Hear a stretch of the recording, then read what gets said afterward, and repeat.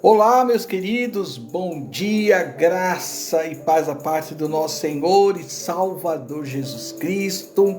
Glória ao Pai, glória ao Filho e glória ao doce Espírito Santo de Deus. Aleluia. Aprove o Senhor Jesus, nos dá esse direito, estamos respirando, de viver esse dia. Aproveite esse dia, o Senhor que preparou.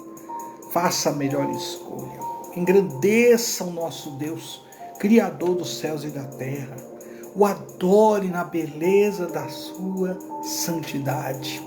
O Senhor é digno, mas digno de toda a honra, de toda a glória. Aliás, gente, a Bíblia é tão maravilhosa que ela declara: todo ser que respira, louve ao Senhor. Hoje eu quero entrar com a live. E ontem, meditando, falando com Deus, essa madrugada, eu fiquei pensando e falando, poxa vida, será que todo mundo entende, tem noção que nenhum de nós, nenhum ser humano, nem os anjos, nem serafins, querubins, nem o arcanjo Miguel, nem o próprio Gabriel, mensageiro, nenhum deles, todos que você vai encontrar dentro da angelologia, consegue ter e ser o que Deus é. Aí vem a pergunta, que hoje eu quero aqui junto com vocês compartilhar, se puder já compartilhe a live, porque a nossa base, o nosso endereço, o nosso café com Deus, que é a palavra de Deus, tem como base Isaías capítulo 6, verso 3, e Apocalipse, capítulo 4, verso 8. Aí vem a pergunta, e eu fazia isso muito quando eu estava em Osasco, São Paulo, à tarde, eu entrava com a live, você sabia? Pois bem, a pergunta é essa, gente, você sabia que a Bíblia, a palavra de Deus, reserva Santíssimo só para Deus? E nenhum homem, gente, nenhum homem nessa terra pode usurpar esse título sem ferir a glória divina exclusiva. Então é uma pergunta, Você sabia que a Bíblia reserva Santíssimo só para Deus e nenhum homem na terra pode usurpar esse título sem ferir a glória divina exclusiva? Ou seja, onde está a base para isso? Sabe, onde está escrito na palavra de Deus? Pois bem, a base bíblica clara e incontroversa está em Isaías 6,3. Porque os serafins clamam. Olha que coisa linda, aleluia. Santo, santo, santo é o Senhor dos exércitos. Toda a terra está cheia da sua glória. Em Apocalipse capítulo 4, gente, verso 8, a Bíblia diz que as 4 criaturas viventes dizem: Santo, Santo, Santo é o Senhor Deus, o Todo-Poderoso, aquele que era, aquele que era, e o que é, e o que há de vir. Ah, querido Deus, aleluia. Esses textos aqui, e se você juntar, se você anotar o que está sendo dito na palavra, você vai observar que nessa terra, o tempo que nós estamos vivendo, o tempo que foi, ou até o tempo que virá, de acordo com a vontade de Deus, nenhum homem se encaixa aqui, nenhum ser se encaixa aqui. Esses textos enfatizam a sua santidade de Deus, única, gente, e absoluta, sem paralelo humano. E o próprio Jesus reforça isso em Mateus, capítulo 23, verso 8 e 10. Mas vós não sabeis, ou melhor dizendo, como está em outra tradução, que é até mais fácil você entender. Mas vós não sereis, olha que diferença, chamados Rabi, porque um é o vosso mestre, e todos vós sois irmãos.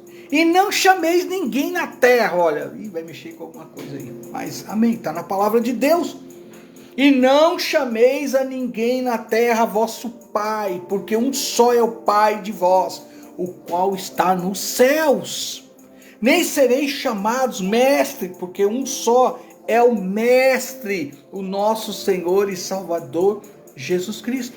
Ou seja, santidade aqui é exclusiva do nosso Deus eterno. Como diz em Levítico, olha o que diz aqui, Levítico 19:2, ordena: falai a toda a congregação dos filhos de Israel, e dize-lhes: santos sereis, porque eu, Senhor vosso Deus, sou santo.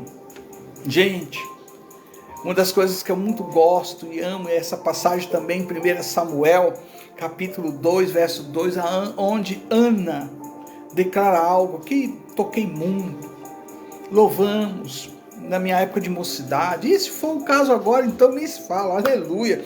Mas em 1 Samuel, capítulo 2, verso 2, diz o seguinte, a Ana declara: não há santo como o Senhor. Olha bem o que está dizendo aqui, ó. Pega, gente, é na Bíblia que está a resposta. Não há santo, oh meu Deus, olha como o Senhor, porque não há outro fora de ti, e não há rochedo como o nosso Deus. Você já ouviu alguma vez alguém falar, dando uma autoridade tremenda a uma pessoa, dizendo que ela é santíssima, que está num patamar tão elevado, que algumas pessoas chegam até venerar, gente, chegam a se prostrar, seja invocar aquele ser humano, aquela pessoa, como tivesse numa condição de santidade que só cabe ao nosso Deus. Temos que tomar todo cuidado, porque nós estamos vivendo um tempo hoje, onde muitos espíritos de engano estão atuando. E sabe o que a Bíblia fala mais ainda?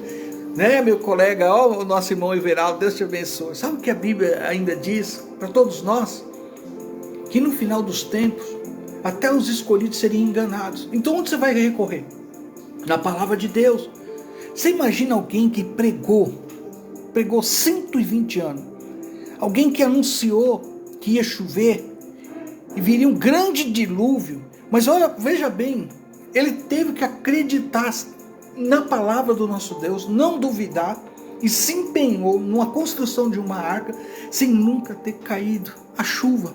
Ele nunca viu chuva, mas ele acreditou na palavra que Deus trouxe a ele. Então, como querix, o enviado da parte de Deus, esse é o significado da palavra, assim como eu também uso muito, como um querix do querigmá, pregando, anunciando, com toda a autoridade da parte de Deus, como está em 2 Pedro, capítulo 2, gente, verso 5, diz lá: não poupando o mundo antigo, mas guardou Noé e sua família. E sabe, Noé foi o oitavo pregador, querigmá. Liga-se à proclamação do Evangelho, liga-se à proclamação daquilo que Deus nos manda falar sobre a sua palavra. Pois bem, Noé foi o oitavo pregador da justiça. Então, o verdadeiro pregador, aquela pessoa que se envolve com querigmá, a proclamação do Evangelho, do Cristo ressuscitado, do Cristo Jesus, que eu sempre vou dizer que está entre nós outra vez, ele vai anunciar essa justiça, mas não é qualquer justiça, é aquela que a Bíblia declara para mim e para você. É aquela que a Bíblia, sabe, mostra como você deve andar, como que você tem que tratar as pessoas, como que você deve conviver com os seus irmãos nessa terra. Pois bem, olha que coisa interessante, ele, o oitavo pregador da justiça, ele anunciou esta verdade. Verdade essa que aconteceu da parte de Deus. Ou seja, para nós entendermos o porquê que hoje eu estou falando isso, aí vem a resposta. Honre líderes, pessoas que são marcadas por Deus. Mas, sabe, esse honrar líderes aqui é como serviços humildes. Entenda o que eu estou falando. Como está em 1 Timóteo capítulo 5, verso 17. O que diz lá? Vou ler. Os presbíteros que estão à frente sejam duplamente estimados em honra, especialmente os que afadigam na palavra e no ensino. Conseguiu entender agora? Quando você olha isso aqui, você chama para sua mente e pede revelação da palavra, se você vai entender que o princípio aqui, duplamente estimados em honra, especialmente os que se afadigam na palavra e no ensino. Quando você entende, você vai perceber que se esse líder se encaixa aqui, aí você vai dizer, glória a Deus, aleluia. Mas se esse líder, essa pessoa que diz ser enviado de Deus como um querix, não se encaixa aqui, tá buscando o que aí? Qual é o seu interesse real aí? Queridos, que Deus venha te iluminar. Estamos na reta final. Logo vai bradar e vai ser um grito pela qual a Bíblia já nos orienta. Aí vem o noivo. E a Bíblia mostra que naquele dia as prudentes tinham óleo até de sobra. Elas estavam aguardando.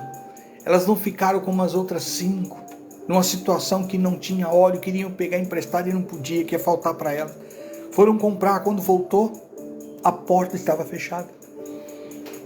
A porta estava fechada. Você imagina o pranto, o desespero daquelas pessoas que caçoaram do querix Noé, anunciando um querigmá da parte de Deus como pregador, como aquele que estava anunciando o que estava para acontecer, o que vai acontecer.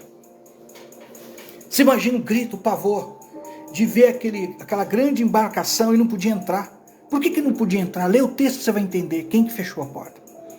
Quem é que fechou a porta da arca? E na verdade, quem é a arca quando a gente busca entender isso? Hoje eu estou te dando um alerta que nenhum ser humano, nenhuma autoridade nos céus, ou seja, os anjos que Deus criou, ou nós seres humanos, temos essa condição de dizer e colocar que alguém está na condição de ser venerado, honrado e até mesmo às vezes adorado. Não tem como. Isso, a Bíblia não aprova isso. O que a Bíblia ensina para mim e para você nesse dia? Porque nós estamos vivendo esse dia. A Bíblia diz o seguinte, Efésios 4:13. Olha só, Efésios 4:13. Guarde isso. Até que todos, não é um, não é dois, não é aquela igreja ou aquela lá, aquela. Não estou falando disso. Eu estou falando de quem de fato tem Jesus como seu único e suficiente Salvador da sua alma. Eu estou falando daquele que não é de nome, mas é praticante e segue os princípios bíblicos, nunca abrindo mão. Tem zelo, tem testemunho, que é um discípulo do Senhor Jesus. Então a Bíblia já começa dizendo o seguinte, até que todos chegamos à unidade da fé. Só isso? Não, continua. E do pleno conhecimento do Filho de Deus. Só isso? Não, tem mais. A perfeita varonilidade, a medida da estatura, meu Jesus, da plenitude de Cristo. Querido, a resposta está aí.